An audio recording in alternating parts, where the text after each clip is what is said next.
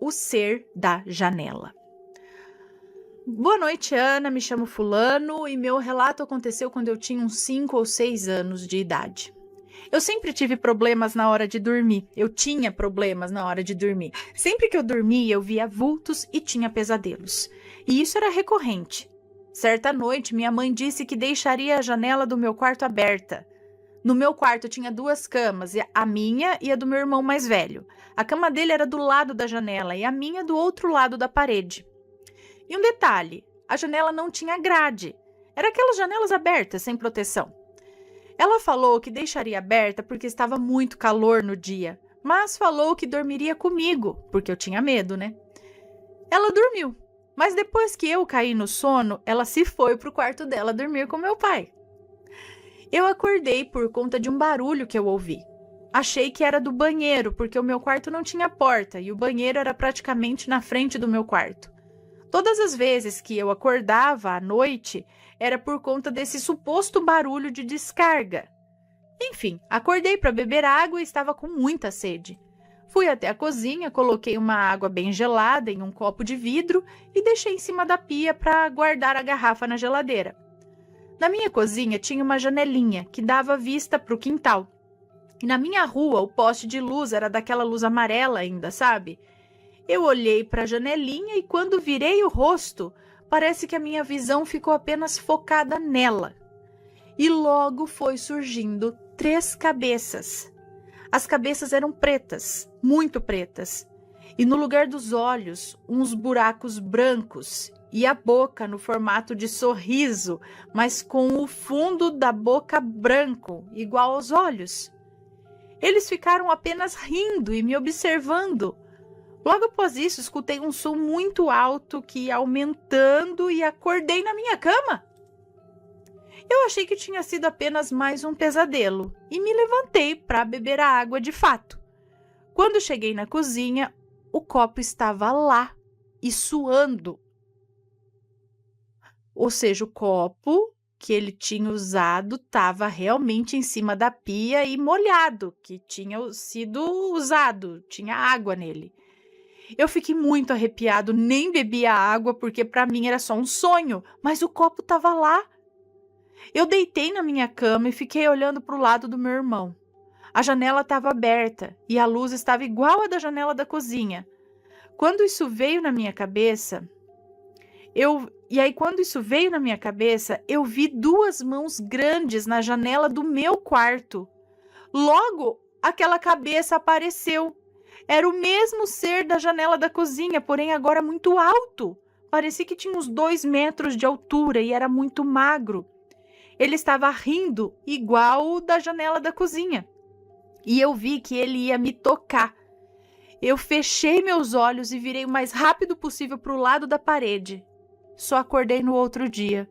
E depois desse dia, sempre que eu dormia virado para a parede, eu tinha pesadelos ou acordava no meio da madrugada. Hoje eu tenho 21 anos e não sei o que era aquilo. E não sei explicar se eu acordei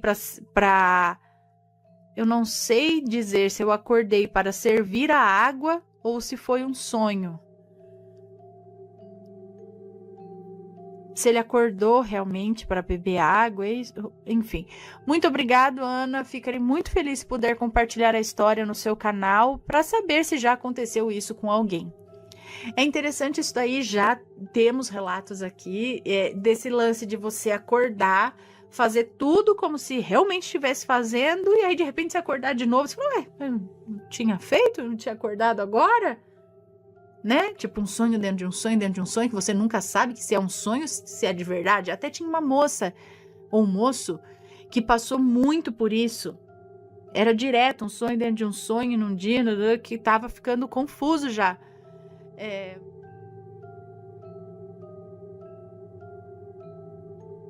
O que estava na minha loja? Deixa eu ver, uma moça? Ou é um moço? Acho que é uma moça que nos conta. Aconteceu comigo. Ok. É uma moça, tá aqui. Oi, Ana e assombrados, tudo bem? Esse relato não contém nomes. Ok. Me chamo Fulana, mas pode me chamar de Fulana. Conheci o seu canal há pouco tempo. Para ser exata, foi no dia 28 de março agora de 2023. Desde esse dia, eu fico o dia todo escutando os relatos. Para tudo. Para limpar a casa, para cozinhar, para trabalhar, literalmente para tudo. Bom, eu vou falar um pouco sobre mim. Atualmente tenho 27 anos, mãe de um menino lindo.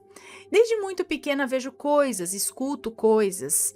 Hoje eu sou um bandista, então sinto e vejo as coisas bem mais fácil. Eu tenho uma pequena loja de sorvetes. Agora vamos ao relato. Esse não é muito longo, mas eu me assustei muito esse dia. No mês de fevereiro, eu estava esperando uma vaga para o meu bebê na creche. Porém, essas coisas sempre demoram. Me falavam para ficar ligando lá na prefeitura, insistindo. Bem, fiz isso por dias. Mas eles só me falavam assim: ainda estamos distribuindo as vagas, entraremos em contato e tal. Mas, Ana, eu precisava deixar ele na creche para poder trabalhar. Estava sendo muito corrido para eu levar ele comigo. Às vezes deixava ele com uma babá, mas estava ficando muito caro para mim. Até que depois de mais de um mês, resolvi fazer um trato com os herês. Pedi para me ajudarem com aquela vaga. Dito e feito, 2 dias depois me ligaram para levar os documentos na creche. Ai, pensa numa alegria. Até porque ele sentia a falta das crianças também. Ele frequentava uma creche anteriormente, mas por coisas que não gostei que aconteciam lá, eu tirei ele. Até para a segurança dele, sabe? Então, no dia 28 de março de 2023, cumpri o meu combinado com os herês. Não era a primeira vez que eu fazia oferenda para os herês, mas acho que nesse dia algo pode ter se aproveitado da situação. No dia 29 de março, desde cedinho, te escutando, tomando meu café, tudo estava normal. Chegou a hora de abrir a loja. No momento em que abri a porta e coloquei os meus pés para dentro da loja, senti uma coisa ruim, uma energia bem pesada, densa. Nisso eu já comecei a passar muito mal, comecei a sentir ânsia, dores de cabeça forte, visão embaçada, minha cabeça estava zonza, eu sentia calafrios. Certo momento, até senti como se alguém tocasse no meu braço. Eu sentia como se o meu corpo fosse cair a qualquer momento. Sempre acendo incenso na loja para limpeza. Eu já estava ruim, fui lá, acendi o incenso e aquilo piorou, como se tivesse cutucado a coisa, como se eu tivesse cutucado o que estava ali, sabe? Ana do céu, eu precisava trabalhar, mas eu não conseguia ficar dentro da loja. Fechei a loja, fui embora para casa fazer o meu banho de descarrego e acender minha vela do anjo. Feito isso, já comecei a me sentir melhor. Voltei para a loja e levei coisas para fazer uma limpeza pesada, limpeza de energia, sabe? Tudo me assustava durante a limpeza. Carro que passava fazendo um barulho na rua, eu me assustava. Até um cliente, quando entrou, eu estava limpando, eu levei um susto. Fiquei branca, meu coração acelerou tanto. Ele ficou até assustado com a cena, ele achou que eu ia desmaiar. Me recompus, terminei de atender o cliente e voltei à limpeza. Quando terminei, tudo voltou ao normal. Continuei trabalhando normalmente. Mas, Ana, eu vejo coisas, eu sinto, escuto, mas nesse dia eu não sabia o que era. Eu só sabia que não era coisa boa, não. Detalhe, quando voltei embora, eu vi a minha vela do anjo e ela tinha se espalhado toda, coisa que raramente acontece. Ela sempre queima bonitinha. Escutei um relato de uma situação parecida após o ocorrido. Não se deve fazer oferendas dentro de casa. Nesse suposto relato que falei, a moça deixou uma taça embaixo do limoeiro para pombagira e abriu um portal para coisas ruins entrarem. Algo que se apropriou da situação e prejudicou ela. Será que isso pode ter ocorrido na minha loja? Sendo que no momento que fiz a oferenda, eu chamei pelos herês, agradecendo por conseguir uma vaga na creche para o meu filho. Mas sempre faço oferenda para os herês para ajudar nas vendas também. Bom, Ana, como disse, esse relato aconteceu muito recente, né? Foi muito recente. Eu espero que gostem, adoro muito o canal, estou escutando todos os relatos antigos pela coletânea, é isso? Às vezes até fico pensando e debatendo comigo mesma algumas situações. Tenho mais alguns relatos para mandar, mas vou mandando aos poucos para você. Desculpa se tiver muitos erros de pontuação e escrita. Não sou muito fã do português. Beijos, Ana e Assombrados. Um beijo para você, muito obrigada. eu acho que isso pode acontecer realmente. Eu não sei porquê, eu não sei como a gente evita isso, mas abrindo o círculo mágico. Círculo de proteção, não sei, mas outras coisas se aproveitarem da vela, das oferendas. Quem entende melhor disso, conta aí pra gente como funciona, tá? Como que a gente pode evitar isso. E vamos para mais um relato. Eu tô abaixando aqui, eu sento na perna, aí eu saio da perna e sobe a câmera, baixa a câmera.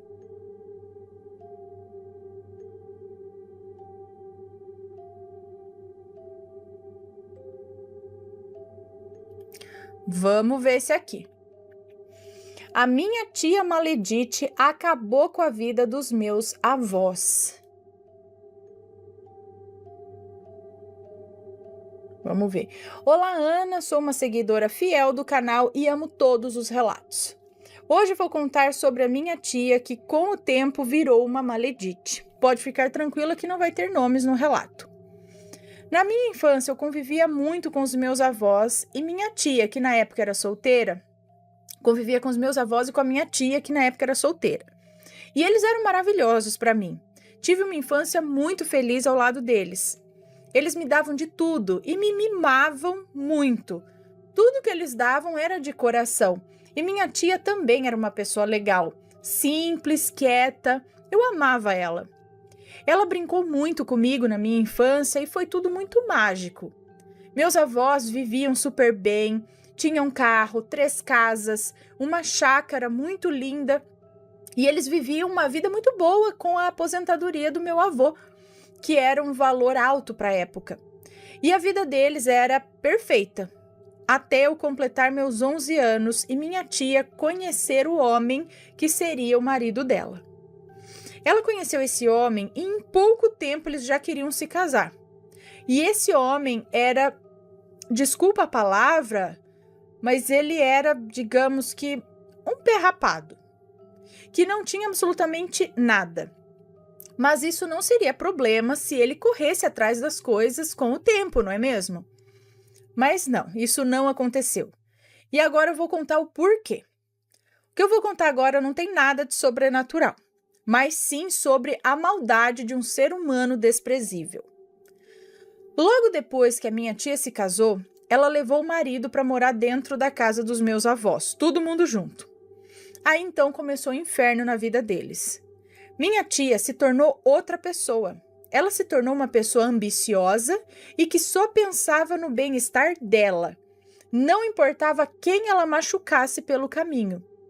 No princípio, ela fez os meus avós venderem a chácara que eles tanto amavam.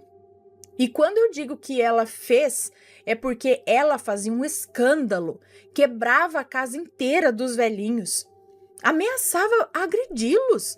E então, por muita pressão, eles venderam e deram quase todo o dinheiro para ela. Logo depois, ela fez eles venderem a casa do centro e o dinheiro ficou totalmente para ela. E aos poucos, ela foi fazendo os meus avós perderem todos os bens que eles tinham. E o marido dela não gastava nem R$1. E chegou ao ponto da agressão, é isso? Todas as vezes que meu avô recebia, ela os agredia para tomar o dinheiro da mão deles. E ninguém fazia nada, não chamava a polícia, fazia um boletim de ocorrência, sei lá. E os velhinhos viviam arranhados e machucados, cada vez pior de tanto desgosto. A minha mãe ia e brigava para tentar tirar ela da casa deles. As duas até se pegavam no chão. O meu tio ia lá, eu acho. Ela brigava, até o vidro do carro dele ela quebrou. Aos poucos ela foi afastando todo mundo. Mas eu não aguentava vê-la fazendo essas coisas com os meus avós, que eram os amores da minha vida. Eu chamava minha avó de mãe véia. Então, toda vez que eu ia na casa da minha avó, eu tocava o terror com ela e com o marido dela. Eu roubava as coisas dela, pois eu pensava que se foi a minha avó que comprou, então eu vou pegar mesmo.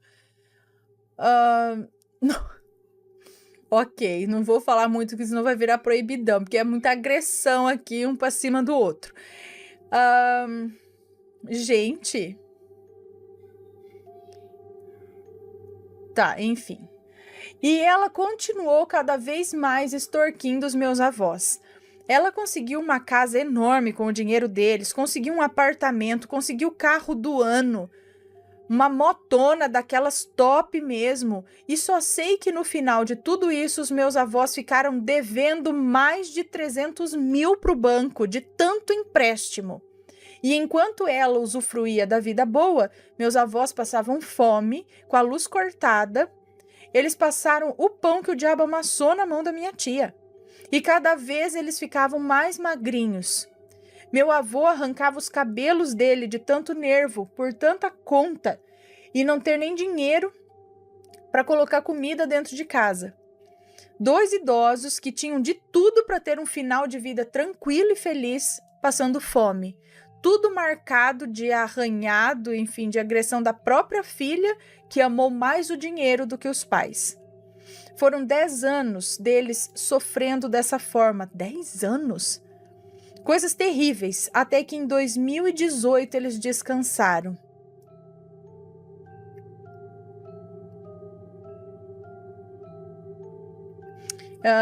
Minha tia finalmente conseguiu a morte dos meus avós, que eu tanto amava.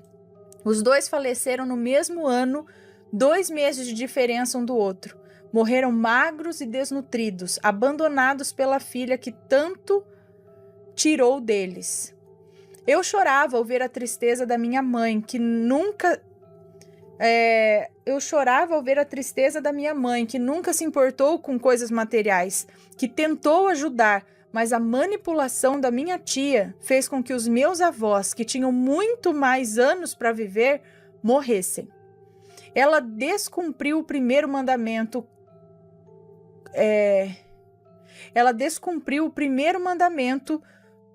Com promessa por um homem. Mas não acaba por aí. Tudo que ela plantou, hoje eu a vejo colhendo. Recentemente, o marido que ela tanto amava, que ela tanto usurpou os pais por conta dele, que ela tanto agrediu os próprios pais por conta desse homem, ele a traiu. Ele teve um caso com uma mulher do serviço dele e abandonou ela, sozinha com 2 crianças. A humilhou e agora ela está completamente louca, tá assim, catatônica e sozinha, com risco de ser internada ainda. E eu esqueci de citar que com o tempo eles perderam tudo. Perderam apartamento, perderam carro, moto, só a casa que ela mora. Só tem a casa que ela mora hoje, uma casa que nunca foi terminada também. Eu realmente posso dizer que aqui se faz, aqui se paga. E hoje ela corre atrás da minha mãe pedindo ajuda. Mas Deus que me perdoe, mas eu não tenho um pingo de dó. Eu quero que se lasque mesmo. Tem que pagar por tudo que fez e com juros. E essa foi a história da minha família, Ana. Espero que gostem. Beijos. Triste, né? Mas, assim, não dava pra fazer nada mesmo? Né? Porque, gente, que vucu-vucu. E ela manipulava, os avós também não permitiam que fosse feito nada, mas quando é assim, de idade, essas coisas, você não pode entrar com bloqueio de bens, alguma coisa assim, quando tem outra pessoa se aproveitando disso. Não sei. Bem, mas que dó, né? Mas aqui se faz, aqui se paga, sim. Vamos lá. Beijos.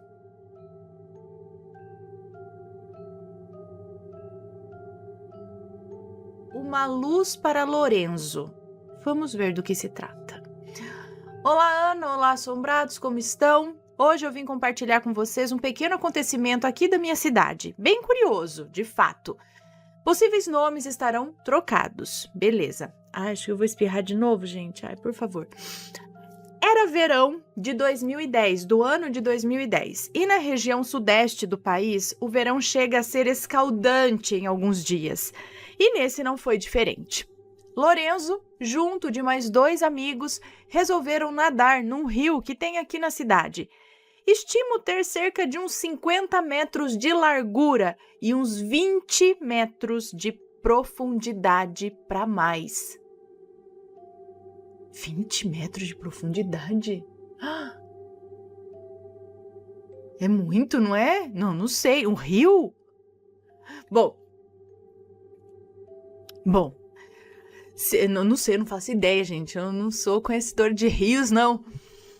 Mas é que eu tô pensando aqui. Uau, fundo, hein?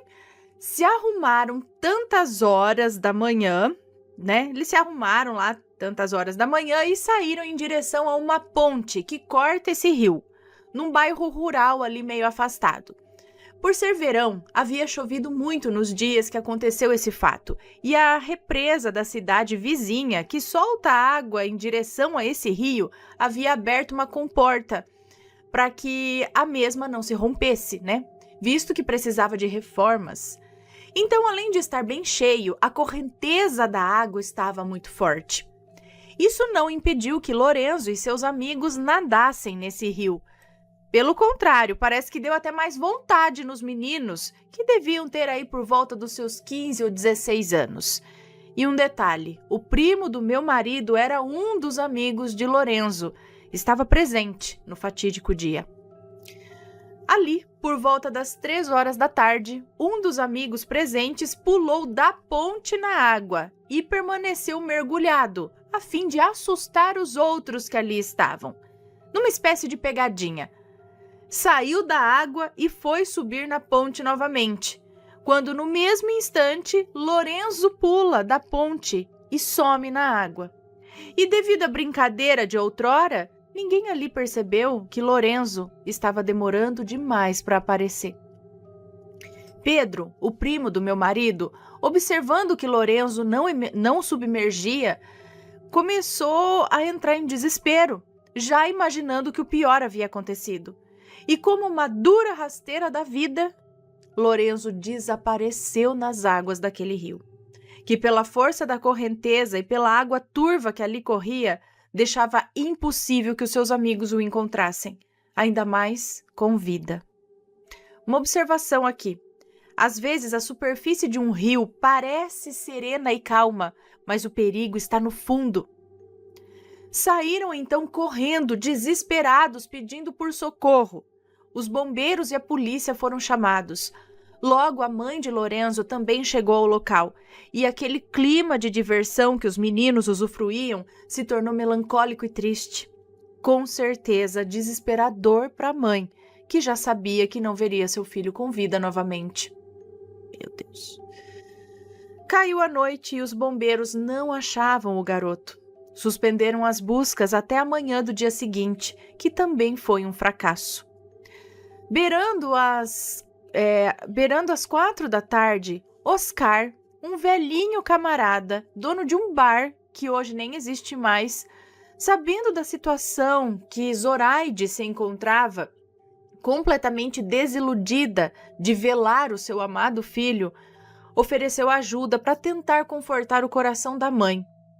Eu não sei de qual religião ele é, provavelmente espírita. Ele é um cara muito bom, o bar dele era na frente da casa dos meus pais. Então segue o diálogo, foi o seguinte. Acho que a mãe de Lorenzo disse: "Como poderia me ajudar, Oscar? Os bombeiros não estão achando ele." E chorou. Oscar então respondeu: "Confie em mim e ore por seu filho." Então, já municiado de um pires branco e uma vela, Oscar começou a orar num volume que não dava para entender o que ele falava. Se colocou às margens do rio, acendeu a vela que já estava fixa no pires e soltou o pires na água, que foi levado com a vela acesa pela correnteza do rio. Então chamou pelos bombeiros, que estavam num bote na água, buscando pelo corpo do garoto, e disse assim: Ele disse assim para os bombeiros, viu? Sigam o Pires. No momento em que ele começar a andar em círculos ou não andar mais, pode mergulhar, que o corpo do menino vai estar lá. Os bombeiros, mesmo sem acreditar, foram, só para confortar a mãe que estava lá inconsolável. Imaginem um rio grande que está cheio, as margens estão razoavelmente limpas, dando visão de uma vasta parte do rio. E eu conheço esse lugar, é tipo uma prainha. Muitos vão para pescar e outros para nadar. Todos ali presentes só ficaram observando a água levar aquele Pires. Dado uma certa parte do rio, quase numa curva, o Pires parou e começou a andar em círculos, como se ali tivesse um pequeno redemoinho, mas não havia. Um dos bombeiros mergulhou e, para o espanto de todos, ele encontrou. Encontrou Lorenzo, enroscado pelas roupas em uma árvore morta que havia ali no fundo do rio. O que antes era um clima de tristeza virou desespero, por causa da mãe, que caiu em si quando viu o corpo do filho caçula, ali, sem vida. Após minutos de choro, conseguiram levar a mãe embora dali. Assim, Lorenzo foi velado e enterrado quase no mesmo dia. Segue a explicação de Oscar sobre o fato. Gente, é a Roliça que está desesperada para sair aqui, mas eu vou terminar o relato, depois eu abro para ela. Roliça, dá um tempo. Por favor, calma. Enfim, vocês já conhecem Roliça. Vamos lá. Explicação do Oscar sobre o fato. O menino morreu sozinho. Foi desesperador para ele os seus últimos momentos de vida. Assim que pulou, a forte correnteza puxou ele mais profundo e arrastou o menino, impedindo-o de voltar para a superfície. E ele estava perdido. Ele não entendia o que estava acontecendo. Quando chegamos na margem, eu pude senti-lo e ele precisava de luz. Ele estava lá, o espírito dele, né? Triste e sem reação, completamente sem rumo. Eu orei para que os bons espíritos viessem guiá-lo para o outro plano, mas antes eu pedi a Lorenzo que me mostrasse onde estava. Disse que aquela vela era uma maneira de confortá-lo, pelo menos um pouco. Era um pouco de luz que ele precisava para sair daquela escuridão na qual infelizmente faleceu e não pôde sair. Expliquei que estávamos ali só para ajudá-lo e ajudar a sua mãe, que precisava encontrá-lo. A alma permanece por perto do corpo, então é possível conversar com eles e eles nos escutam. Bom, eu me lembro de Lorenzo, eu o conhecia pessoalmente. Na época foi um choque para a cidade toda. Bastante gente ia nadar, mesmo sabendo dos perigos. E fica aqui o meu alerta para vocês que gostam de nadar em rios. Tomem muito cuidado, meus colegas. A água é traiçoeira. Beijos para vocês, gratidão pelo espaço. Um beijo para você, muito obrigada. Eu diria assim, cuidado com a natureza, né? Cuidado com o mar, cuidado com rios, cuidado com cachoeiras, né? Então, não subestime, é isso que eu quero dizer, né? Tenha respeito, olhe para aquilo com cuidado, né? Pense sempre assim que quando a gente diz que é traiçoeiro, é porque no momento em que parece que tá calmo, a coisa vira, o negócio muda, você não consegue prever muito, entendeu? Assim é no mar, no rio. E a gente tá sempre vendo que coisas acontecem, né? Acidentes assim acontecem nesses lugares, então a gente tem que ter muita cautela. E por que não pedir proteção também quando tiver, né, nesses pontos aí da natureza. Muito triste, mas eu já conhecia essa... Não sei dizer se isso é uma simpatia, o que é, de colocar a vela no pires e para encontrar uma pessoa que morreu ali, não estou encontrando o corpo na água. Tem outros relatos aqui nesse sentido também, é bem interessante. Vocês aí conhecem alguma história desse tipo? Conta pra gente.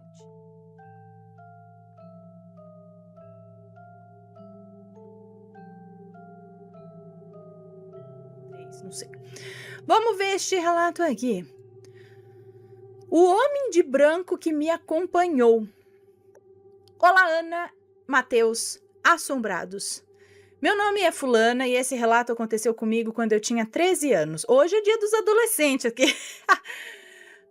Eu morava em São Paulo com a minha tia, pois os meus pais tinham falecido quando eu tinha 6 anos. Nossa, muito novinho, né? Nossa, olha só. Eu morava com a minha tia, pois os meus pais faleceram quando eu tinha 6 anos. Eles faleceram com diferença de 7 meses. Misericórdia. Primeiro minha mãe, depois o meu pai. Antes de morar em São Paulo, eu morava em Minas Gerais, numa cidadezinha de zona rural. Então, com os meus 13 anos, eu voltei para Minas para passar as férias escolares. Era a única época do ano em que eu me sentia feliz, quando eu voltava para passear em Minas, pois minha vida morando com a minha tia era um inferno. Numa noite, minhas primas e eu estávamos voltando de uma reza, de uma pequena igreja da cidade. Ficava um pouco longe, só tinha mato, estrada de terra e algumas poucas casas no caminho. Foi então que, chegando próximo a uma encruzilhada, comecei a ter uma sensação estranha. Minhas primas continuavam a conversar normalmente pelo caminho, mas eu fui tomada por um medo. E eu não conseguia nem falar de tanto medo que eu estava sentindo. Mas não sabia do que eu estava com medo. Então eu vi, na beira da estrada, quase dentro do mato, um homem, vestido de calça e camisa branca, e ele ia andando, mas não pisava no chão. Ele flutuava. Eu comecei a chorar e as minhas primas acharam que eu estava brincando. Eu perguntei se elas não estavam vendo aquele homem e elas disseram que não. Ele ia acompanhando a gente pela estrada. Eu tentava não olhar para ele, mas o via pela visão periférica. E toda vez que eu virava a cabeça para o lado para olhar para ele, ele virava a cabeça dele e me encarava. Eu não via o rosto dele, porque ele era transparente e eu não queria ver mesmo. Quando chegamos na encruzilhada, eu disse em voz alta: "Tá repreendido em nome de Jesus!" E aí ele sumiu, graças a Deus. Naquela noite eu não consegui dormir de tanto medo, mesmo com 2 primas comigo na mesma cama. E ainda por cima, o gato subiu na cama, em cima das minhas pernas. Eu quase infartei de tanto medo. O susto, né? Ana, eu queria te fazer uma pergunta. Opa! Você não fica lembrando dos relatos antes de dormir? Porque eu gosto de ouvir os relatos o dia todo, mas na hora de dormir eu fico lembrando. Ai, bate aquele medo brabo. Obrigada por ler. Deus abençoe você e sua família. Beijos. Um beijo pra você. Muito obrigada. Não, realmente eu não fico matutando nos relatos, eu não tenho medo de muitas coisas que acontecem aqui. É óbvio que tem alguma coisa, né? Geralmente quando trata de não sei. Às vezes sim, eu começo a lembrar de uns relatos que envolvem o quarto e de madrugada, que é o ambiente que eu estou naquele momento, muitas vezes acordada sozinha de madrugada. Aí eu falo, ai meu Deus, aí você sabe o que ajuda? Quando começa a bater aquele medo, você fala, ai que merda, tô com medo. Aí eu fico, ai será que eu tô sentindo medo porque tem uma presença se aproximando de mim? Aí eu rezo, aí aí quando começa mesmo a ficar tenso o negócio, eu boto o tapa-olho, aquele que veio na caixa assombrada do mês de outubro, Halloween, aquele tapa-olho, boto o tapa-olho, boto fone de ouvido e põe SMR. E eu fico lá tentando. Mas mesmo assim, às vezes eu fico pensando, ai meu Deus, se tiver alguma coisa aqui, aí sei lá. Às vezes eu acendo a luz do celular, aí eu não tem nada. Aí eu apago de novo. Lá, até a gente dormir assim mesmo, com medo. E faz oração. Mas isso é raro. Mas eu não fico pensando nos relatos, não. Não fico com medo. Por exemplo, você vai falar desse homem que acompanhou e tudo. Tá, eu pensei lá, pode ser o espírito de uma pessoa que estava perdida, ou uma entidade, ou alguém às vezes querendo ajudar, eu não sei, né? Mas não me põe medo, desde que não apareça de madrugada no pé da minha cama. Mas eu não fico pensando que vai aparecer, não.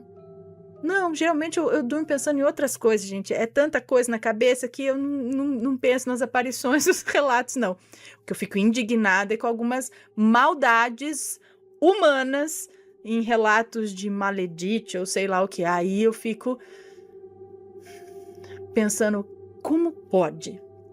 Né? Como pode? Mas não, de boa na lagoa, não tenho medo, não. Respeito tudo também. Se aparecer qualquer coisa, capaz de falar, seguinte, bora conversar aqui, não apareça mais, por favor. Tá, você quer uma oração, eu faço, mas não quero olhar. Não sou a melhor pessoa para ter um centro espírita ali, ó, ali pertinho, você pode se encaminhar para ali, deixar uma placa espiritual, centro espírita, siga reto. Ali você pode ser ajudado, aqui eu não posso fazer nada, sinto muito, faço aqui uma oração. Ai, ai. Vamos ler mais um relato? Tem mais beijos aqui?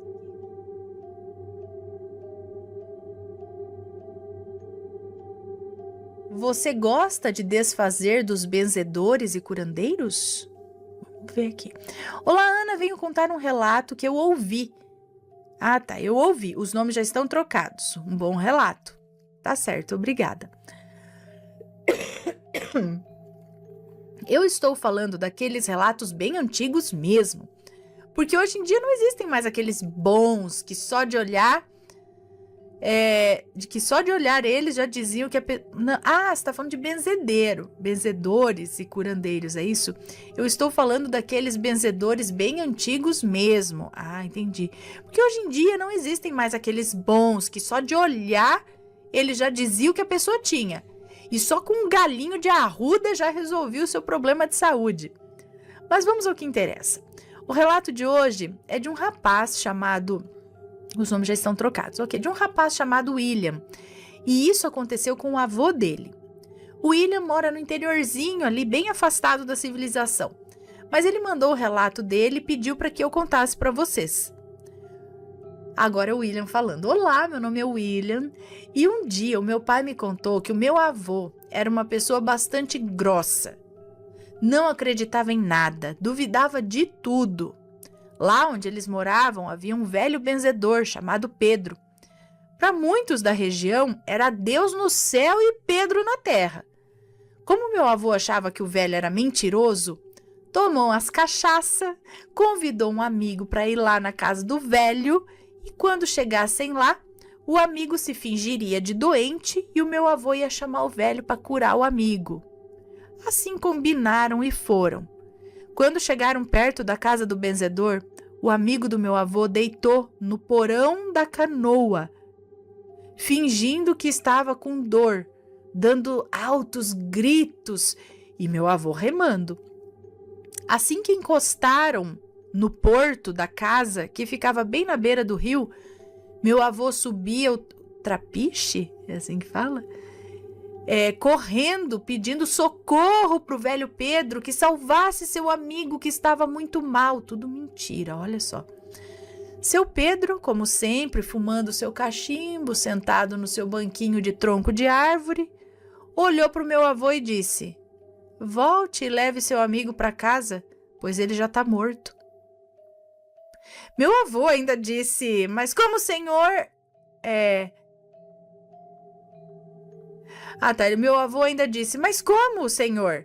Ele só tá com uma dor. E ainda era fingimento, né? O velho disse: vá, ele já não está mais entre nós. Meu avô voltou correndo para a canoa, saiu remando às pressas e quando estava longe da casa, falou: levanta aí, cara. Eu não te falei que o velho não sabe de nada? E nada do amigo levantar do porão do barco. Então meu avô levantou e foi pegar lá no amigo dele e o homem estava morto mesmo. Naquele tempo as coisas eram muito difíceis e todos falaram que o amigo do meu avô tinha morrido por causa da bebida. Mas dias depois, o velho Pedro encontrou com meu avô e disse assim: ainda tá triste por causa do teu amigo? Isso é para Isso é para você aprender a respeitar quem você não conhece e nunca mais duvide do velho Pedro. Bom, Ana, a fulana aqui de novo. Obrigada por ler o relato, um grande beijo, admiro muito o trabalho de vocês. Já mandei altos relatos, espero que você conte. Um beijo pra você, obrigada. Gente do céu, vai brincando com essas coisas.